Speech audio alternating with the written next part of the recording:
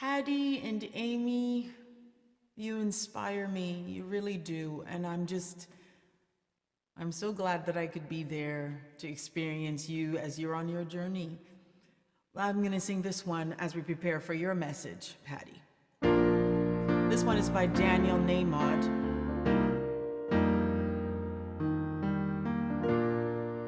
Whatever I do, whatever I dream, whatever I decide to be, the answer is you. Whatever I seek, whatever the questions be, so why would I fight? Why would I cry? Why would I worry still? I just open my arms and open my eyes and follow you, God, until you are nearer to my heart, nearer to my soul, nearer to my life. Never let go. Oh, nearer to my heart. Show me what to do. Oh, God, to be nearer to you. And oh, my soul, to be nearer to you.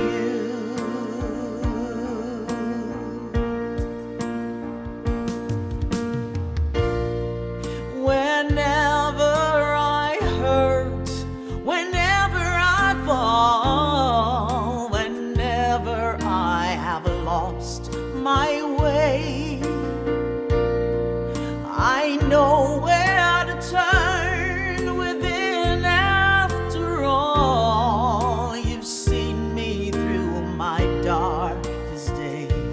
There's no reason to fight and no reason for shame, and suddenly fear is gone.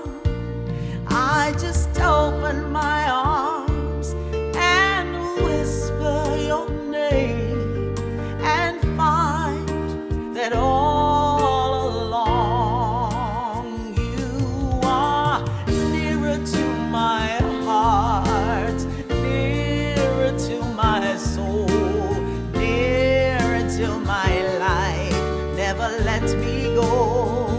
Oh, nearer to my heart. Show me what to do. Oh, my soul, to be nearer to you. Oh, my soul, to be nearer to you. You are nearer to my heart. Oh, nearer to my soul, nearer to my life. Never let me go. Nearer to my heart. Show me what to do. Oh, God, to be nearer to you. Oh, God, to be nearer to you. Oh, God, to be nearer to you.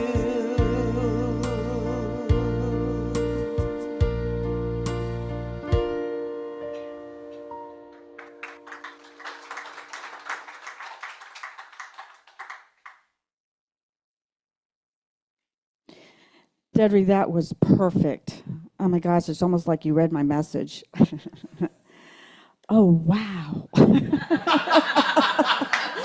You know, I tell everybody I always sit up front because, first of all, I'm short and I don't want to have to do this, but also because I just don't want to be distracted, because when I'm in the back, my little mind just goes, oh, there's so, and then I'm off on another thing and not paying attention to what's going on. So anyway, I did come in on Friday because I was wondering how tall this stool was, and I wanted to know if I needed a running start to get on it, but it's going to work out just fine for me. So let's just take a breath together and breathe God.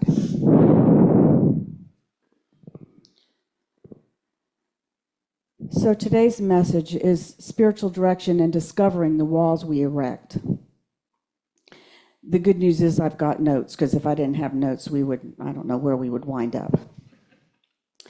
As most of you know, I graduated from the Unity Spiritual Direction Program and am now certified interspiritual spiritual director. So what is interspiritual? I'm breathing heavy. How do I get that so it doesn't hear my breath? Lord have mercy. So anyway, what is interspiritual? It's really not even a recognized word. So when I type it in Microsoft Word, it underlines it in red, and it just drives me crazy. But Wikipedia, that knows everything about everything, defines it as a diversity of spiritual practices embraced for common respect for individuals across a variety of spiritual paths. In simpler language, it is an acceptance of all spirituality. One of the books I read in the class was Spiritual Guidance Across Religions, which represents 23 of the very many different expressions of religious faiths, and how those religions might influence spirituality, and then how to go about being a spiritual director for someone who believes things that are very different than what I believe. Spiritual direction is not telling someone who they should be. It is about them discovering who they are. When we talk about spirituality, we are talking about a person's individual connection to something greater than themselves and finding meaning and purpose in and for their life. Whatever connects us to sacred mysteries and aligns our thoughts to something greater than ourselves is spirituality. It is as individual as our fingerprints.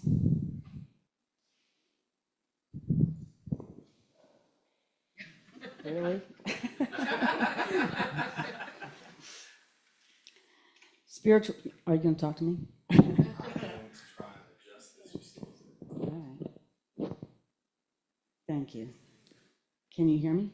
Yes. Oh, yes. Okay, so spirituality can be born from a person's values, and some people are guided by the teaching and values of their religious traditions. But spirituality is more than an experience. It is more than an experience thing. It's more of an experience thing than a learned thing, and much broader than a religious identity. Some can find it in nature.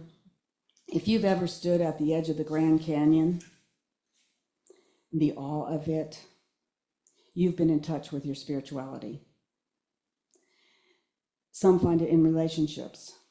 Ever been present for the birth of a baby, or been the person birthing the baby, or the passing of a loved one? You've had a spiritual experience. Every event in our life is a spiritual experience. Walked on the beach, saw a rainbow, hiked in the woods, sailed on the ocean, and for me, jumped out of an airplane. Many times, yes, I did. And every time that chute opened up above my head and my feet hit the ground, I said, thanks God for letting me live. That was really cool. Let's go do it again. And I did many times. There's so much I could say about spirituality and skydiving, but that's not today's talk. Anything that draws you into the mystery of life and opens you to the wonders of living is an experience of spirituality. Agnostics and atheists are spiritual beings discovering life through their mysteries. Everyone in this room can share an infinite number of experiences that move them to know that a greater power exists. So many of you have asked me, what is a spiritual director? I'll give you a little history. In the 1980s, I was working on a religious education staff in Virginia Beach. We actually called it faith formation, but rather than religious education, but it's like tomatoes. There were 6 of us on a very large staff at a Catholic church. We had over 1,000 families in this community. Families, not people. And my boss, the director of religious education, called us together and said, we're going to go to Smithfield, Virginia for group spiritual direction. I had absolutely no clue about what spiritual direction was. But you know what? It was a road trip, and I was always up for a road trip. In group spiritual direction, I had my first introduction to Myers-Briggs. And we found out why we all worked so well together. It was an incredibly cohesive group, and they still are so major in my heart. I was completely intrigued by this and decided to ask for individual spiritual direction for myself. And I met my spiritual director, Diane, and worked with her for many, many years until her retirement in 2001. When meeting was no longer an option because Jerry and I decided to move, well, the Navy decided to move Jerry and I to the other side of the country. She and I worked together via emails. And life was changing for me a lot during those years. I separated from the Catholic Church was a very, very difficult thing. I moved to Utah as a non-Mormon, also a very difficult thing, interesting challenges. And then another move to San Diego. And then after that, my dad died. I had Diane to talk to and write to, and that helped me put everything that was happening in my life in the context of my spiritual presence to it. The program that I just finished, the spiritual direction program, required me to have my own spiritual director, and so I went searching. I was looking for a female, unfamiliar with the Catholic Church, who lived in the same time zone. And after eliminating all of those candidates, I found the one I was looking for. You know, there's a saying that, you know, when you tell God what you want, the next sound that you're going to hear is God laughing, and that's kind of what happened here. So he is a Unity minister in Grass Valley, California, a man, not only a former Catholic, but a former Catholic priest. But I knew I had the perfect match when I went online and I listened to one of his recorded services. And the title of his message was Snow White and the Seven Chakras. Perfect for me. Because there was one criteria that was more important to me than any of the others. And that was that my spiritual director would be comfortable with my image of God. And there was proof. His name is Jerry, short for Jeremiah. And I refer to him as the other Jerry. He's guided me by listening to me talk, and I talk a lot, asking me questions, and offering different perspectives on the things that are going on in my life, and also about those things that I built walls around. When we have a built-in desire to answer big questions, deal with what life deals us, and grow into deeper awareness of the wholeness we are as spiritual beings, we seek guidance. For that, I have my spiritual director. I have this community that I'm so blessed by and I love so much, so grateful for. It is the other communities that I belong to that grow me as I discover who I am, living in this place and time, living in day to day in what Todd calls the playground planet Earth. There are so many definitions of spiritual direction, and I really needed to create my own definition based on my experiences. So my definition of spiritual direction is this: guiding someone to the consciousness of their own spiritual identity, and then applying that consciousness to all the events of their life.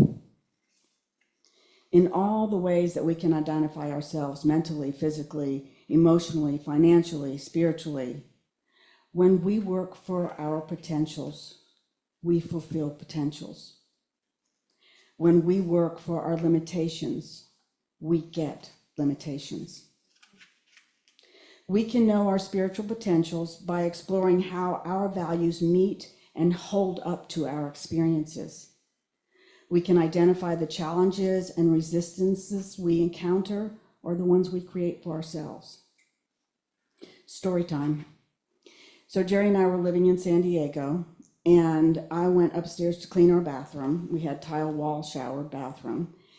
And I was working on it, cleaning it, and the wall moved. I thought, okay, this is not an earthquake. This is, but it's not an earthquake. And I checked the walls, some of the other parts of the shower stall, and there were different places that moved. And so Jerry and I talked about it, and we decided that the only way to really figure out what was going on behind those walls was to deconstruct the shower. So the following Saturday, I was standing in the kitchen, and Jerry comes strolling in from the garage with a hammer and a chisel in his hand. I said, well, what are you going to do with that? And he said, well, I'm going to go upstairs and start taking those tiles off the wall. I said, oh, wow, that's really great. I'll finish up here, and then I'll come up and help you. So he went up. And then I finished up, and then I went out to the garage and got my own tools. So when Jerry saw me, he immediately began with giving me 1,000 reasons why the 16-pound sledgehammer that I was holding was not a good idea. So I said to him, 2 questions, Jerry. 1, have you any idea how many episodes of HGTV I have watched over the years? Right. Second question, are you really going to argue with someone holding a 16-pound sledgehammer? He stepped out of the shower. We worked together as we always do. It took 20 minutes and that shower was deconstructed. And what we found out was when the shower was built, the wrong material was installed behind the wall. It's supposed to have some kind of waterproof sheetrock or something, and they just use regular household sheetrock. So when the wrong material is behind a wall, there will eventually be a breach. It can happen in the slow erosion of little events or with the crashing impact of big ones. In spiritual direction, we examine the stuff behind our walls that maybe someone else installed. Listen, we live in an opinion-giving society that sometimes keeps us from remembering that each of us is an expert in our own life and can claim the right to figure it out the best ways we know how. We all have walls, the ones others erect and the ones we put up all by ourselves. I've had some doozies. I will continue to have some doozies. And sometimes we need to go slowly to deconstruct our walls using a hammer and a chisel. And sometimes life just comes crashing into our walls, like the loss of a job, the breaking up of a relationship or a marriage, the death of someone close to us, an election, bad news, like we heard last night. And the walls come down like they've been hit by a sledgehammer. We put up walls because we're protecting ourselves. We hide them behind them because of fear. You know, we talk about the ego and how sometimes ego shows up and acts badly. That's fear showing up. And I want to take a moment to talk about ego. We grow and mature in life. We evolve. We are supposed to. We hear a lot about how our egoic selves get in the way, but not so much about how we can grow and mature and evolve our egos. We can spiritualize our egos so that we can apply spiritual consciousness and our values to all the events of our life without a disruptive egoic self getting in the way. We can. I know for myself, I need to stop using ego as a scapegoat for when I know I could do better. Most of us, if we're honest, know when our unspiritualized egoic self is in the way because our hearts feel it and tell us, whoops, I could have handled that better. Whoops, did I really just say those words out loud? With a spiritualized ego, we confront fear and we step into our courage. Listen, we need our egos. I don't want to bash egos here. We need our egos. They are necessary for our survival. Ego makes us aware of when we're happy, sad, mad, glad, scared, so that we can muster the courage to understand our emotions rather than shoving them down behind a wall. There's a saying I like. Courage is not the absence of fear. It is knowing what we fear and dealing with it. When darkness enters our life, as it inevitably does, we cannot believe that just throwing light on things will make them go away. We need a spiritualized ego to reveal what needs our attention so that we can move into the practices that help us meet our challenges with wisdom. There are many questions in spiritual direction because it's all about finding what the individual questions are for each of us, seeking answers that fit us personally. You know that one question leads to an answer that leads to another question that leads to so on and so forth. Because the evolving person is for the evolving person, the most constant thing in life is change. We hear it all the time. I'd like to highlight 4 big questions with an understanding that we all have the answers within ourselves. The answers are not outside of our own ability to figure them out, but sometimes we just need someone to ask the right questions to lead us to our own answers. Questioning and answering goes back to my definition of spiritual direction, guiding someone to the consciousness of their own spirituality. So here are the 4 questions, and they're going to be familiar. We talk about them every week. We talk about 2 of them every week. And then in the context of the other things that we talk about, we include the other 2. But here's the first one. Who is God for me? Our images of God evolve as we do. They change. They should. Jim Palmer has a cartoon that he included in one of his writings. I don't know whether it's his cartoon or not, but anyway, it's a cartoon of a sketch, and there's these clouds and this older man with a beard, God, hanging out of the cloud, pointing down to this little person on earth. And this little person, gutsy little person, on the ground is standing there pointing back to God. And the caption over God says, I made you. And the caption over the little person says, no, I made you.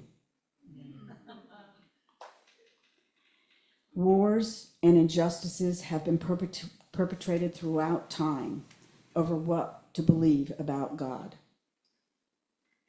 Another story. When I was working in faith formation, coordinating junior high and high school programs, the 11th graders had to come and meet with me twice a year. I love these kids, and the truth be told, the real problem kids, the real troublemakers, they were my favorites. I really did. I loved them. They were so great. And the other great thing was that these kids knew me because I had coordinated programs for them when they were younger. So what amazed me most when I was meeting with these 11th graders were the questions that they had. There were so many who were already conflicted about what they had been taught about God and what their minds and hearts were telling them. And they wanted clarity. Now, since the modern day Catholic Church at that time no longer conducted what I call punitive incendiary acts against heretics, I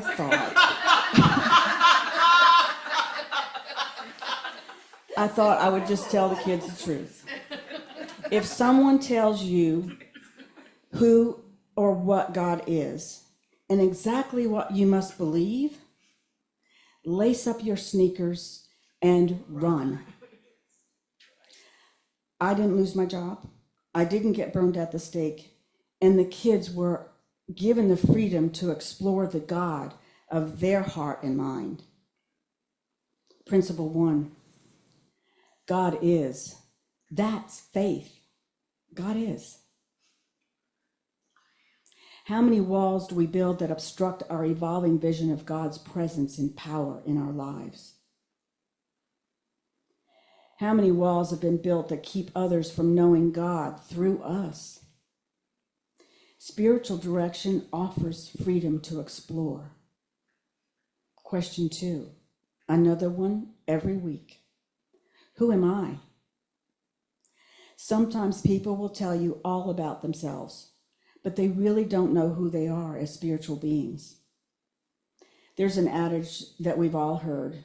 We are spiritual beings having a human experience. I completely agree with that, but that statement makes it seem like they're two separate things. We are one thing, spiritual human beings. Not a spiritual being and a human being. We are spiritual human beings, discovering our full potential as both together, not allowing our unspiritualized ego to create that separation for us. Principle 2, I am. And how do I learn to know myself as a spiritual human being, as one complete package? How many walls do I build so we can hide a part of ourselves in guilt, in shame, in fear, in false belief, in unworthiness, in a sense that we don't belong, that we don't fit in exactly right?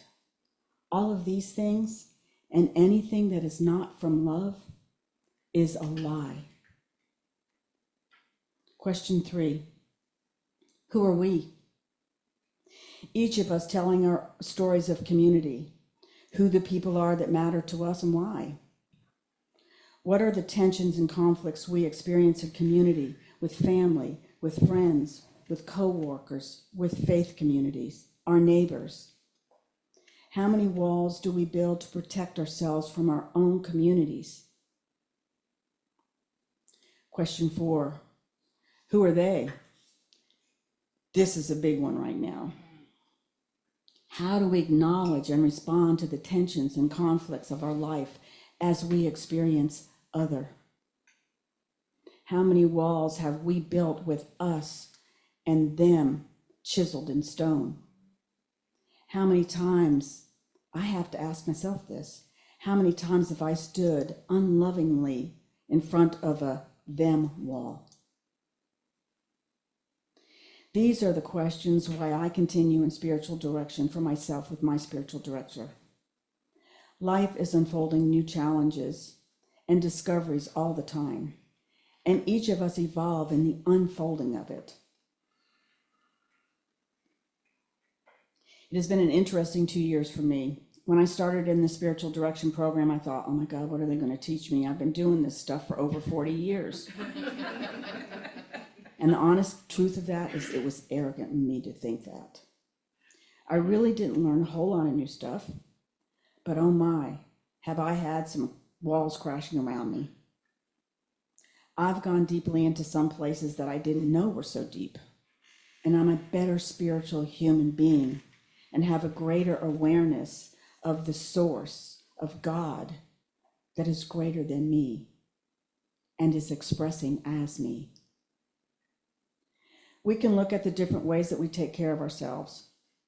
Diet and exercise for the body, learning and growing for the mind. The fulfillment of our spiritual care is taking our 5th principle to heart and building the spiritual strength to live the truth we know. Sometimes it's like looking up at that sunlit sky, and while appreciating the beauty of what we're seeing at the moment, we forget that in that very same sky, at the exact moment that we're looking at it, there are the same stars that show up during the nighttime sky, right in our line of sight, and we cannot see them. As we move throughout all the events of our life, we can look deeply into the unseen and delve into a deeper understanding of how we can act and respond as spiritual human beings. Todd, Peggy Litz, and I have talked about the things we can offer this community. And we'd like to create a spiritual care ministry that helps with prayer, meditation, and spiritual direction. And starting in the fall, I'm enrolled in a 4-month course for grief companion training. and will use what I learn as part of what this ministry can offer. If you have ideas about how a spiritual care ministry can help you, come talk to us. We want to serve the community with what the community needs. So tell us what that is and then help us create it. Here's my big finish. It's a 3/4 of a page, so it's not such a... Anyway, when we learn that there is no separation between our spiritual life and every other part of our life, when we spiritualize our egos, when we knock down a few walls, we get to be the artist that the Radiant Living Group is discovering through an artist's way. When we see the stars that can't be seen in daylight, we get to be the mystics that Mirabai Starr talks about in her book, Ordinary Mysticism. You find joy that the Dalai Lama and Archbishop Desmond Tutu explain in their dialogue together. You become the very best of what the divine created as you. I invite you to talk to me about any questions you have about spiritual direction.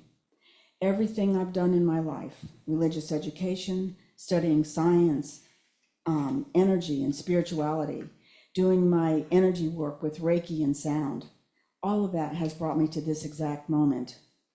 And from all of these experiences and what I've learned, I've got tools. And I promise you, none of them is a sledgehammer.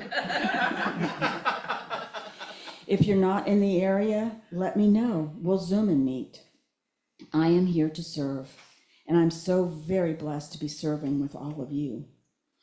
I'm going to finish up with a little Rumi. Your task is not to seek love, but to find the barriers within yourself that have been built against it. Your task is not to seek love, but to find all the barriers within yourself that you have built against it. Love and blessings and deep gratitude to each one of you for who you are to me, who you are to this community, and who you are to the world. Thank you. And I believe Deidrey's going to prepare us for, thank you. Deidrey's going to prepare us for meditation with song. Thank you, Patty.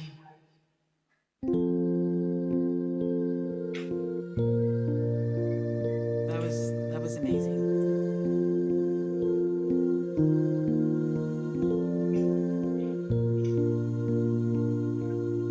Lyrics. Let me be present without resistance. Let me be present without resistance.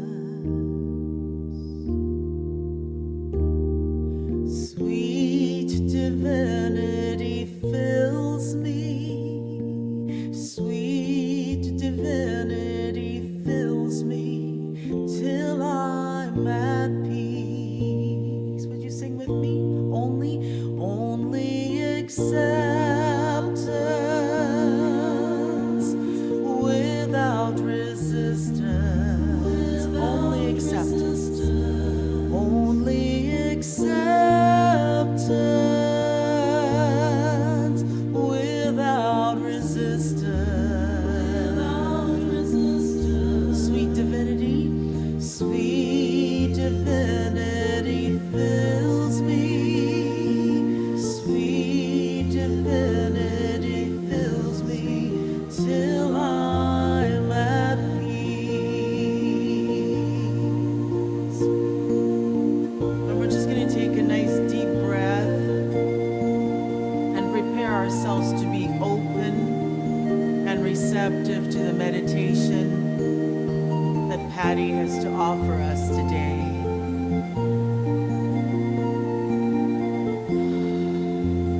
And we're just going to sing Flow into Oneness without resistance.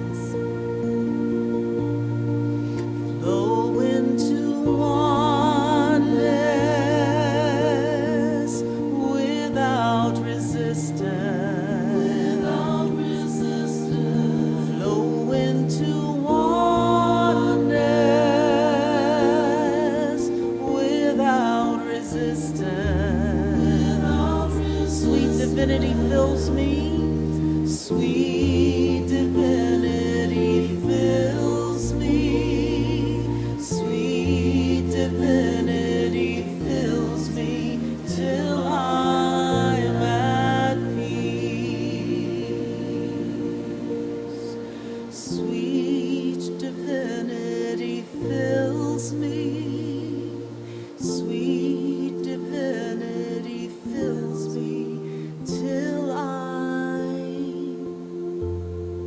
at peace.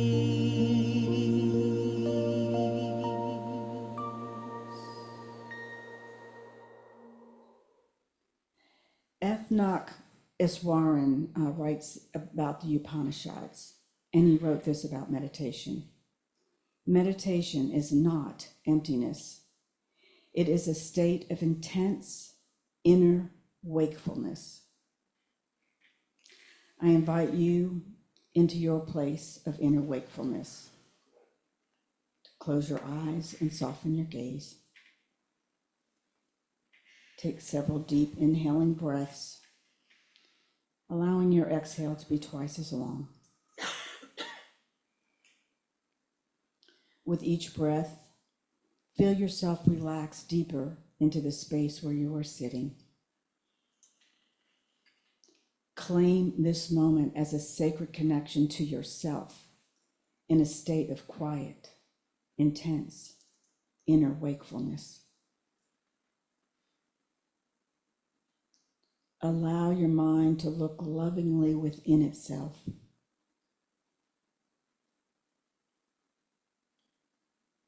Through this looking glass, let the stories be truthful to your highest values. You are limitless. With sacred vision, you see beyond obstructions and restrictions, opening to spaces of freedom.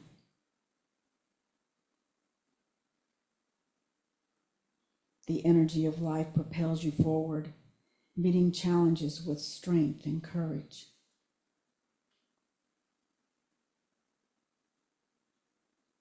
The balance within stabilizes the imbalances around you. Your thoughts are blessed and sanctified in the divine gifts of grace.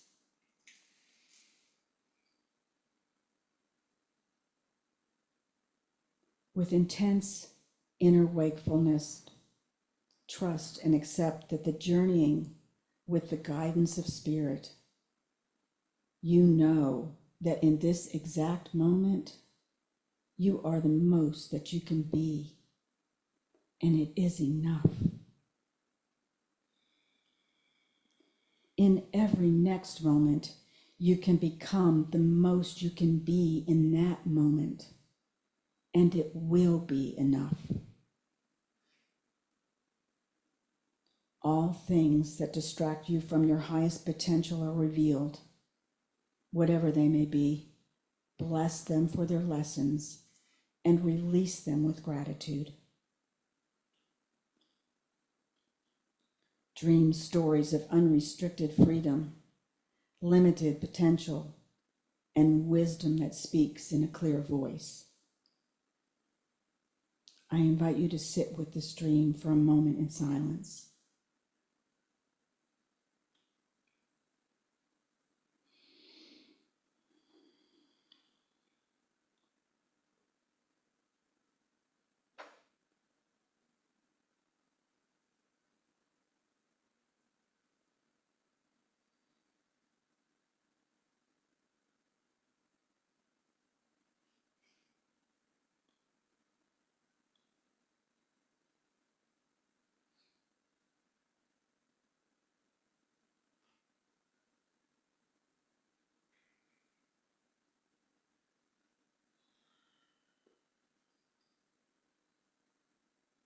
I invite you to allow your dream to rest as you bring your thoughts and open hearts back into communion with those who have joined us today in this celebration. Blessed be, and so it is.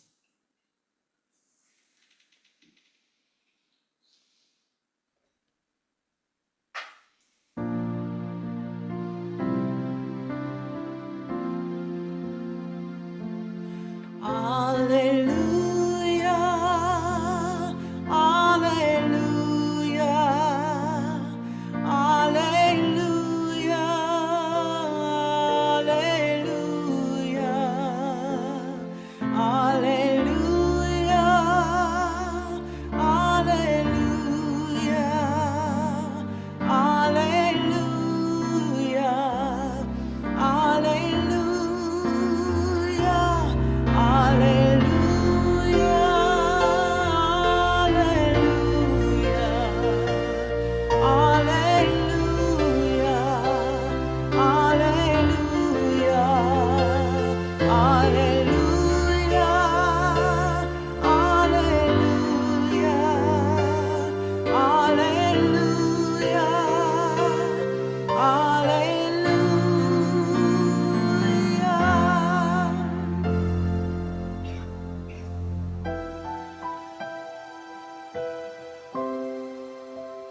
are leaning on Daniel Nahmad today.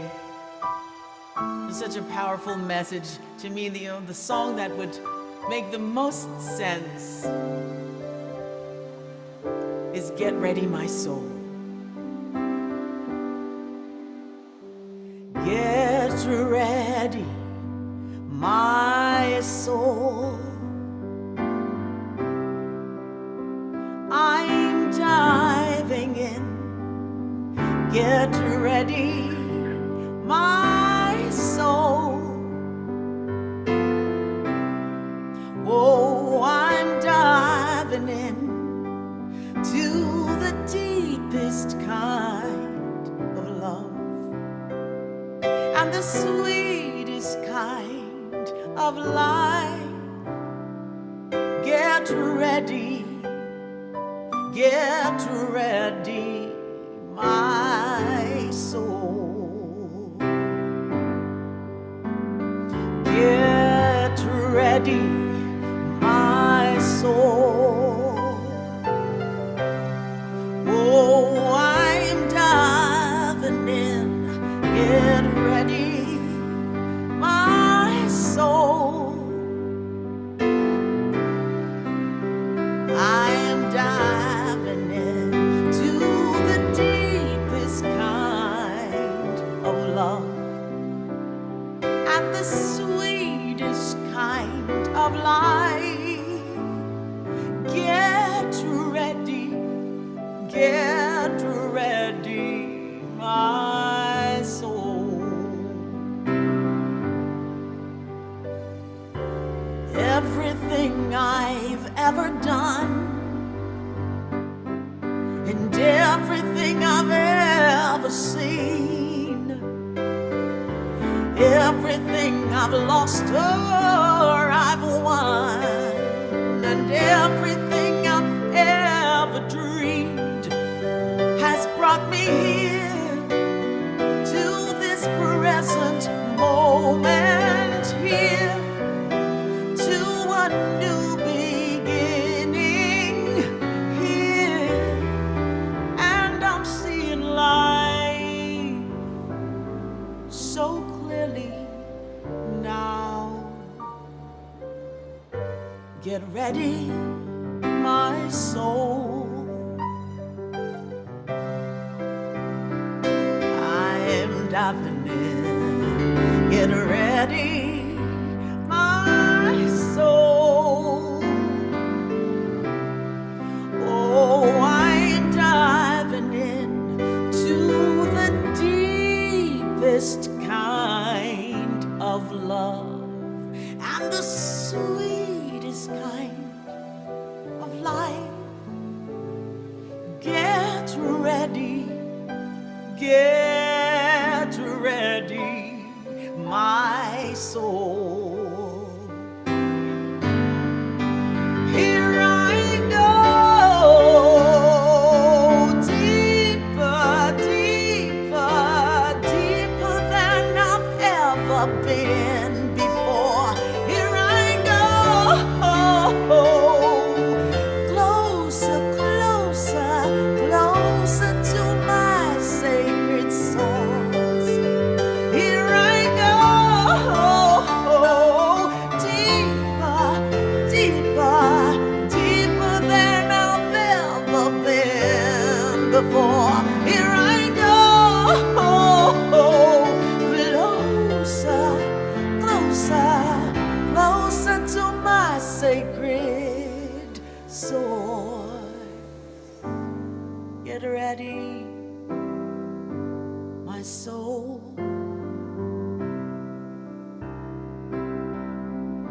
I'm diving in. Get ready, my soul. Yes, I'm diving in to the deepest kind of love, the sweetest kind of life. Get ready, my soul.